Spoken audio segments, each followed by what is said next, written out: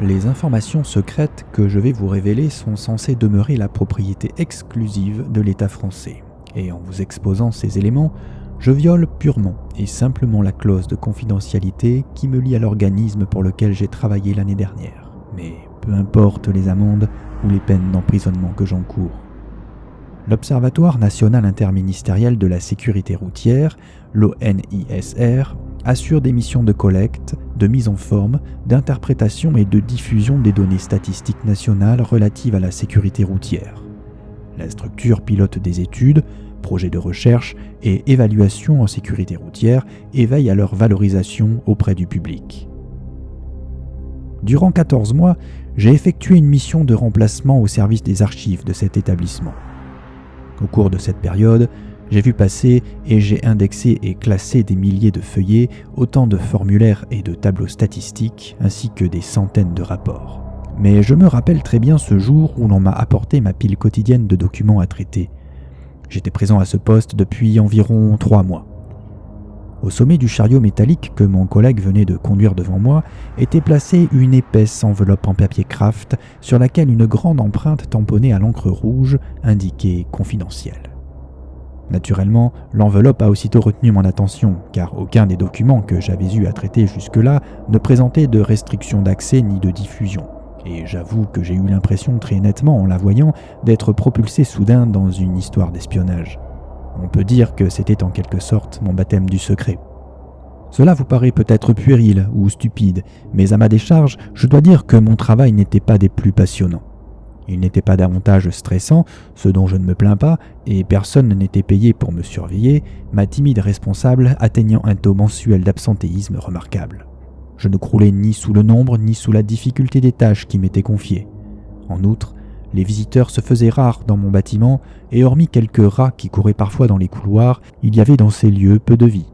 J'ai effectué ma tournée dans les rayonnages sans fin qu'il m'avait fallu parcourir chaque jour durant plusieurs semaines avant de parvenir enfin à les localiser sans me perdre. À présent que j'en connaissais les moindres recoins, j'étais capable d'achever mon classement en 2 ou 3 heures maximum. Une fois terminé l'essentiel de mon travail, il y avait toujours un peu de saisie à effectuer sur la base documentaire, mais passé cette phase, le contexte se prêtait tout à fait favorablement à des sessions de shopping sur Amazon, de surf sur YouTube ou à des moments reposants de rêverie ou de lecture. Tout en circulant avec fluidité entre les travées, en pilotant efficacement mon chariot, je n'arrêtais pas de me demander ce que pouvait contenir la fameuse enveloppe Kraft. Comme je l'ai dit, elle se trouvait sur le haut de ma pile et j'aurais dû par conséquent la classer en tout premier. Cependant, je me suis débrouillé pour la garder jusqu'à la fin de ma tournée et faire en sorte qu'elle soit le dernier document que j'ai arrangé. De la même manière qu'on met de côté dans son assiette les aliments qu'on préfère pour mieux les savourer en toute fin de repas. Arrivé devant le rayonnage où je devais la déposer, j'ai stationné mon chariot et sans perdre de temps, j'ai décollé le rabat de l'enveloppe et j'en ai extrait le rapport qui devait peser dans les 500 ou 600 pages faciles. Je me suis attardé sur son titre étrange qui m'a fait sourire bien que je n'en comprenne pas le sens. Accidentalité des transports et mortalité routière en France ces 10 dernières années, l'insondable cas de l'arbre magique. Perplexe, je me suis assis à même le sol au milieu de l'allée, puis avec un cœur battant la chamade, j'ai commencé à feuilleter l'objet du délit. En préambule, l'auteur, un data analyst nommé Cyril Delatour, présentait l'objet de son étude statistique qui portait sur une évaluation des risques liés aux différents types de traumatismes causés par les accidents de la route en fonction de certaines catégories de véhicules. Il décrivait d'abord la base centrale de l'ONISR relative à l'accidentalité routière en listant les données qui caractérisaient chaque cas d'accident. De nature très diverse, elle portait par exemple sur le lieu et la date du sinistre, le type de véhicule impliqué ou les dommages corporels subis. Mais il citait encore au moins 2 douzaines d'autres critères qui étaient également renseignés pour chaque fiche à laquelle pouvaient être attachés des dizaines de documents électroniques au format texte, photo, audio ou vidéo et indexés de manière libre. Delatour expliquait que son travail avait en premier lieu consisté à développer des interfaces d'échange, des outils permettant de créer des passerelles de communication entre cette base centrale et de nombreuses autres ressources existantes, éparses et bâties selon des modèles très différents afin de disposer d'un vaste entrepôt de données exploitables. Il établissait donc des corrélations entre une multitude d'éléments formant un puzzle à la taille monstrueuse. Le type parlait de data science, data intelligence et de big data, des notions que j'avais un peu de mal à concevoir, je dois l'admettre. En fait, son boulot me semblait au moins aussi ennuyeux que le mien, et je me suis demandé pourquoi le rapport était estampillé confidentiel au lieu de mortel. Je ne pouvais toutefois pas rester sur une note négative alors que j'étais en train de découvrir mon tout premier document secret. Aussi, j'ai poursuivi ma lecture en me disant que le meilleur était sans doute à venir. À l'issue de cette première phase, l'analyste rapportait avoir mis en place un moteur de recherche afin de pouvoir interroger simultanément et sur des critères croisés l'ensemble des sources. Il avait paramétré des milliers de modèles de requêtes dont les résultats étaient restitués dans un outil de visualisation selon des formats divers, plus ou moins complexes. C'est à partir de là que les choses ont commencé à devenir intéressantes. Faisant suite à certains résultats obtenus en première instance, Delatour révélait que son étude avait pris une dimension inattendue. J'ai survolé les passages fastidieux dans lesquels il décrivait précisément le contenu de ses équations de recherche selon une méthode en entonnoir, et je me suis rendu directement au chapitre qui résumait ses découvertes dans un langage profane. L'auteur affirmait que 61% des accidents mortels impliquaient au moins un véhicule hybride ou électrique dont le conducteur était un homme dans 75% des cas. Jusque-là, me direz-vous, rien d'extraordinaire, si ce n'est la mise à mal chiffrée du vieux stéréotype sexiste « femme au volant, mort au tournant ». Pour la moitié des décès enregistrés, l'analyste enchaînait en inventoriant au fil des pages les causes de la mort et indiquait les décomptes correspondants. Traumatisme crânien, perforation thoracique ou abdominale, écrasement à l'intérieur de l'habitacle, décapitation ou mort par brûlure suite à l'incendie du véhicule. Mais ce qui suivait était plus dérangeant. Delatour soulignait la bizarrerie de ces éléments et déplorait l'absence d'explications scientifiques qu'on pouvait leur donner. En effet, l'autre moitié des décès répertoriés était causée par de profondes lésions cérébrales antérieures de manière certaine à l'accident. Afin de mieux appréhender ces résultats étranges, Delatour avait consulté avec minutie chacun des rapports d'autopsie associés dont il citait les références. Il précisait par ailleurs que les termes « profondes lésions cérébrales » étaient employés par les médecins légistes faute de mieux, car ces derniers eux-mêmes s'avouaient incapables de désigner de façon médico-légale appropriée ce qu'ils avaient constaté sur les cadavres. L'analyste mentionnait ici et là des extraits de ces rapports qui relataient tous la même observation. Les cerveaux des conducteurs s'étaient liquéfiés. Oui, vous avez bien entendu, leur cerveau avait littéralement fondu. Et c'était bien là la cause du décès et non la conséquence de l'accident. Ainsi, les victimes étaient déjà mortes au moment où leur voiture s'encastrait dans un camion ou un platane, percutait un mur ou s'abattait dans un précipice. Delatour enfonçait le clou en dévoilant que parmi ces cas de mort mystérieuse, les enquêtes post-accident attestaient dans 100% des cas la présence dans le véhicule d'un arbre magique. Oui, vous la connaissez, cette célèbre marque de désodorisant pour voiture en forme de sapin. Quelques photos d'illustration des épaves étaient insérées en annexe.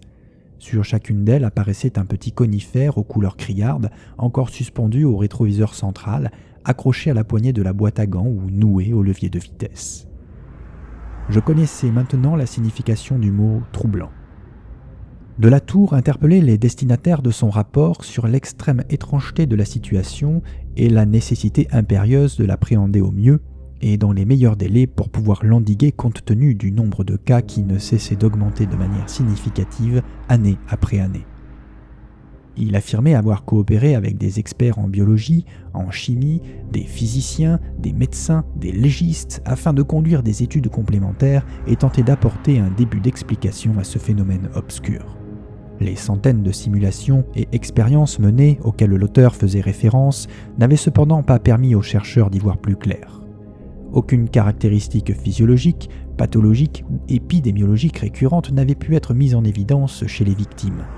Aucune ligne directrice n'avait donc pu être dégagée, ni aucun point commun établi entre les différents cas, si ce n'est ce constat d'évidence insaisissable que chaque propriétaire de voiture hybride ou électrique également possesseur d'un arbre magique était décédé dans d'atroces circonstances.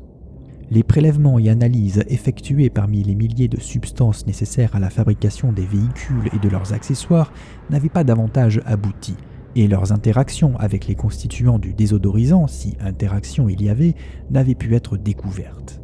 Les composants chimiques du parfum révélés par les examens spectrométriques ne semblaient pas davantage nocifs que n'importe quel autre désodorisant industriel. Cependant, un lien devait forcément exister entre l'arbre magique et les véhicules hybrides ou électriques. Un lien caché qui demeurait inexplicable en l'état actuel de nos connaissances techniques et scientifiques. De la Tour, visiblement sans y croire lui-même mais en désespoir de cause, déclarait en conclusion que peut-être étaient à l'œuvre des éléments invisibles au sens propre du terme, et que l'approche traditionnelle et purement scientifique n'était pas la méthode qui apporterait la solution du problème. Élargir le champ de recherche à des disciplines jusque-là ignorées ou dénigrées, telles que l'analyse des fréquences vibratoires, la parapsychologie, le spiritisme ou même la démonologie, constituaient sans doute, selon lui, de nouvelles pistes d'exploration tout à fait crédibles. J'étais tellement bouleversé par la lecture de ce document que je n'ai même pas pensé à prendre avec mon mobile quelques clichés de ses passages les plus significatifs. Je n'ai conservé avec moi aucune preuve de ce dont je témoigne aujourd'hui. Au lieu de cela, je me suis contenté de refermer brusquement le rapport comme pour empêcher les révélations terribles qu'il contenait de s'en échapper. Je l'ai replacé à la hâte dans son enveloppe et je me suis empressé de le ranger dans la boîte d'archives sur le rayonnage dédié pour ne plus jamais l'approcher. Jusqu'à la fin de ma mission, d'ailleurs, personne n'a jamais demandé à le consulter. Bien entendu, ces éléments sont demeurés confidentiels et ils ne seront pas suffisants toutefois, même si un lien un jour était formellement avéré pour inquiéter le fabricant du désodorisant. Évidemment. Et même si ces informations venaient à être rendues publiques, le principe de précaution ne pourrait jamais être invoqué. Tout est trop vague, trop imprécis. Dans tous les cas, sans crise majeure et sans enjeu mesurable de santé publique, rien ne sera fait pour protéger les populations. Et quand bien même, la cause économique, malgré les menaces sanitaires, restera toujours la plus forte. Quand on sait que ce satané petit désodorisant est le plus vendu sur le marché planétaire, il y a vraiment matière à s'inquiéter. Retenez bien que selon les statistiques dont disposaient les chercheurs, tout conducteur masculin de véhicules électriques ou hybrides est susceptible d'être soumis à l'effet mystérieux et mortel décrit par l'étude, et toutes les marques de véhicules sans distinction sont concernées. Pour ma part, je possède une vieille Volkswagen, une Golf qui passe tout juste le contrôle technique et tourne au gasoil, mais j'ai tout de même arrêté d'acheter pour ma voiture des arbres magiques que j'ai remplacés par des diffuseurs d'huiles essentielles. Et comme je suis de nature curieuse, je me suis livré à une petite expérience quelques jours seulement après avoir lu ce rapport explosif. Juste pour voir, j'ai offert quelques petits arbres désodorisants à certaines de mes connaissances que je n'apprécie pas du tout. Des types imbus d'eux-mêmes qui sèment la douleur dans leur sillage en se moquant pas mal de ce que peut ressentir leur entourage. Des hypocrites aux dents longues pour qui la fin justifie les moyens. Tout ce petit monde roule en se pavanant en hybride ou en véhicule électrique. Personnellement, j'aime beaucoup la réaction de ceux qui reçoivent ce petit cadeau anodin. Un mélange de surprise et d'embarras, teinté parfois d'incompréhension, que trahit un sourire crispé qu'ils ne parviennent pas à contenir. En tout cas, je dois reconnaître que le rapport de la Tour était totalement dans le vrai. 3 personnes, dont un ex-petit ami à qui j'ai fait ce présent original, ne sont déjà plus de ce monde, et je continue avec le plus grand zèle à distribuer mes petits désodorisants ici et là, et à espérer en tenant les comptes pour le futur. Aux yeux du commun des mortels, ce ne sont que de tristes et dramatiques accidents de la route, mais pour moi, c'est le signe que la justice est en marche. Chaque jour que Dieu fait, je remercie ce monsieur de la Tour pour son précieux travail. Vous, je ne vous connais pas et je n'ai rien contre vous, bien sûr, ni contre les possesseurs de véhicules prétendus propres. Néanmoins, si vous êtes véritablement obligé de circuler en voiture hybride ou électrique, je me permets tout de même de vous déconseiller de suspendre un arbre magique à votre rétroviseur. Je vous en prie, sincèrement, ne tentez pas l'expérience. Non pas que ce petit accessoire risquerait de gêner votre visibilité au cours de vos manœuvres, vous l'avez compris.